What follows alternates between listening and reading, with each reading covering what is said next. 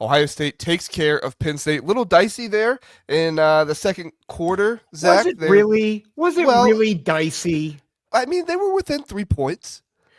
Ohio State let them go on a drive, and CJ Donaldson fumbled it. Yes, we have to give credit to Penn State here. I'll give credit to. I'm just okay. Keep going. It was within 3 points. I wouldn't say that I thought that Penn State was going to win the game, but it got dicey. Did you feel nervous when it was 17-14? I felt nervous it would be a close game. Okay, that's fair. That's fair. I felt nervous that it was like Indiana was going to go throttle Maryland. Sorry, Maryland fans, but that did happen. And that Ohio State was going to, kind of crap the bed and it'd be like, okay, Indiana, they're it. I have a hot take when you're done. Well, when we get to our takeaways, but sure. Okay. Well, anyway, Julian Sayin looked like an incredible quarterback. Obviously, one of the best quarterbacks in the nation, if not the best in this game. 20 of 23, 316 yards, 4 touchdowns, and 87% completion percentage. Bo Jackson got over 100 yards rushing in this game as Ohio State ran for 164 overall. And the two wide receivers for Ohio State, Jeremiah Smith, 123 yards, 2 touchdowns. Carnell Tate, 124 yards, 1 touchdown. And Zach, did you hear what Terry Smith said about Ohio State's receivers after the game? Best he's ever seen. Yeah, and Terry Smith's been there for like over 10 years. Like, so he's seen all of Brian Hartline's receivers. I think he's seen back to Michael Thomas.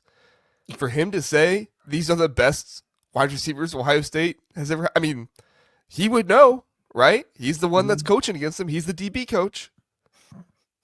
That's pretty, I thought it was pretty crazy that he said that. Not to say I disagree with it, but it's just like, holy cow, are they really the best too? Carnell Tate is what he's become. He is wide receiver 1 in this next year's draft. I don't think it's a. I mean, Mekhi Lemon is out there too. There's going to be people that like him a lot, and for good reason. Mekhi Lemon is a very good wide receiver.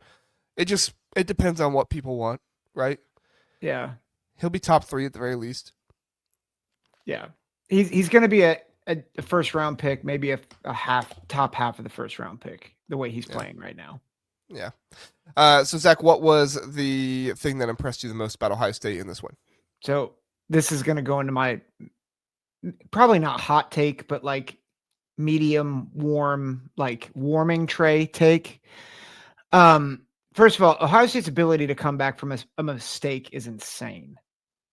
Right? Because I'll give you the dicey point on this. It was 17-14 and all the momentum was with Penn State. Right? And you're like, what are you doing, Ohio State? Well, here's what they did. Touchdown, touchdown, touchdown in emphatic fashion. And they allowed 1 offensive yard up until the middle of the fourth quarter. 1. That's insanity. And this is my lukewarm take. Again, Ohio State was never threatened. That 17-14, all that was Ohio State playing with their food, which Philip said in the chat. And this game really should have been 45-7. Like, Ohio State decimated this team. And quite honestly, they didn't, defensively in particular, they were a little sleepwalk-ish defensively. And then as soon as they came out in the second half, you really saw the difference between these two teams, which is scary because, as you know, Penn State's 3-5. They've got NFL talent. They've got a lot of NFL talent. They haven't played up to it, but it's not like these guys weren't playing hard. I mean, they stripped the ball out from CJ Donaldson, for crying out loud. You don't do that if you're not trying, right? Nick Singleton looked the best he's run this year. You don't look like that if you're not trying. And Ohio State just crushed them.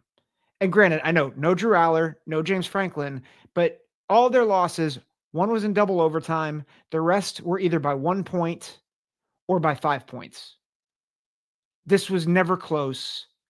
And I am very intrigued to see what Indiana does against Penn State next week in Happy Valley to get a good comparison. But again, I'm not going to go on the this is the best 3-5 team in the country, like everybody did with South Carolina. But I just think you have to recognize that Penn State has talent that a lot of other teams don't, and they just thrashed them. And what encouraged me the most was how they respond to a shift in momentum. Is they just take it right back from you. Yeah, I mean, I totally agree. You lose the momentum. We're going to talk about a team next here who kind of lost the momentum at the beginning of the game too and responded. It's what championship teams do, right? Non-championship teams kind of let the momentum settle and then they kind of fight back, but they never really take it back. I mean, i.e. Alabama against South Carolina, Alabama versus Florida State. Like those are teams that never really got the momentum back to be able to win the game. They focused on mistakes of the other team, and that's what Ohio State didn't have to do. Ohio State said, okay, you have some momentum. We're going to come out in the second half. We're going to basically bomb the ball over your safeties and your cornerbacks every single time. And, for as much talking as there was going into the game of like, oh, well, Jim Knowles knows Ohio State and he's going to make sure they don't do this, they don't do that. And that wasn't a huge sentiment, but it was talked about a little bit by some people, which I understood. I'm not saying it was a bad take, but overall, like Ohio State knows Jim Knowles too. And this felt like a game where Ohio State said, okay, you're going to play this kind of coverage. Our players are just better. You're going to play this kind of ball. Our players are just better. Did you hear what Jeremiah Smith said about the secondary of Penn State? No, I didn't. What did he say? So he was talking about how the cornerbacks were talking in front of him and him on the field, and they were talking about what coverage they were going to run. And so actually on that deep coverage, when it was quarters, he just ran the route that he knew would beat quarters. They were talking. They said, "Oh yeah, we're running quarters here."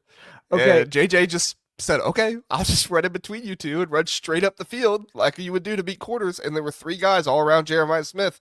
I mean, I personally do not see any team other than Indiana beating Ohio State right now if you're going to get this type of play from Julian Sayin, this type of play from Carnell Tate, Jeremiah Smith, because right now it is unbeatable. Right now you are witnessing the offense of Ohio State in 2021 that everybody was like, well, would CJ Stroud ever win a national championship? Well, you're about to find out this year because he has a defense and this offense is just as good, if not better than 2021. The numbers just aren't the same because Ryan Day, going into this game, Zach, they played the least amount of snaps on offense of any team in all of FBS. Well, do you know how many snaps that they played in this game offensively? I do not know how many they played. I believe it was only 55. Well, they're probably still the lowest then because they were 437. Yeah, I'll have to check and see if they're still the lowest, but I mean that's let me just look again here. 23 pass attempts, and then let's see, 13, 17, 24, 28.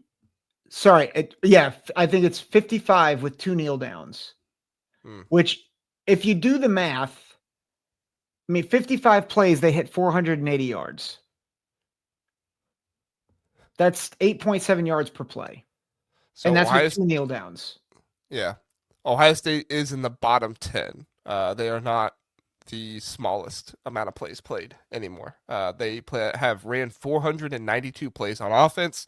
The teams you have below them are Northern Illinois, Nevada, North Carolina, Wisconsin, Ball State, Kent State. Who were the other ones? Navy. No. Navy had more than them. Miami of Ohio was tied with them. So they're 7th, 8th, somewhere in that range. Yeah. Fewest. Penn State had 60 plays. They had 200 yards, 3.3 yards per play, 55 rushing yards. That's crazy. That's the lowest that any team has held them to. That's crazy. Better than Iowa, better than Oregon. Yeah. I mean, as much as this defense gets talked about, Matt Patricia and everything else, and don't get me wrong, the defense is crazy. This offense right now is just on a different level. Yeah. So. The best play of the game, and Ryan Day alluded to it, the third down where Julian Sayin evades pressure from denied Dennis Sutton and another defender, gets the first down. Next play is I think it was the exact next play was the touchdown to Carnell Tate. But that's something that CJ did not do that Julian Sayin, He did at it least, against Georgia. yeah, later in his career he did it, but Mhm. like not his freshman year. Yeah, but not in 2021. Yeah, I hear you. Yeah, and he evaded pressure, and it was very well executed. When he's locked in and he's been locked in like this every game, I don't know how you beat them. Yeah, me either. And I hate saying that as a home or as a fan. I'm like, I like to like slow play it and be like, maybe, maybe not. I don't know how you beat them, which means they'll probably lose next week. Not next week. They'll probably lose to Michigan, but I honestly don't know how you beat them when they play like this. Yeah. Rafay asks, do you think Penn State is going bowling? 3-6 right now. Well, they're Or 3-5, 3-5, but they sorry. play Indiana next week. They play Indiana. Then they have like Michigan State. I'll double check the schedule really They fast. play Michigan State, Nebraska with a backup quarterback, and at Rutgers. So Yeah, they're losing against Indiana. We know that. yeah, I but don't like, think that's much of a question. but They are at home, so we'll give them a little bit of question there. But sorry, go the ahead. thing that is good, like, I mean, it stinks for Nebraska, but Nebraska has to go to Happy Valley. At Michigan State and at Rutgers, I would think. But they have to win all those games. Yeah, but I would think that Penn State has to be better. But like the question is, do they quit? And I think that's the big question. Does this roster quit on them now that they've lost to I Ohio don't think they State? quit. I think that they are playing. You know, like some of them are playing for like their draft stock and stuff like that. So I don't think they're going to quit. But yeah, I mean, it's definitely. I never would have thought that it's questionable if Penn State's going to make a bowl game with at Michigan State, Nebraska, and at Rutgers to end the season. But I'm not confident they win all three of those. So Yeah, I wouldn't bet on it, but I like if you take it game by game, they should win those games. But there's a lot of variables there. yeah. Anything else on Penn State before we move on? No. I like Grunkemeyer, his future. Like I don't think he's a bad signal caller. Like he missed some intermediate throws, but I thought he played poised for the most part. It's just he ran into a buzzsaw.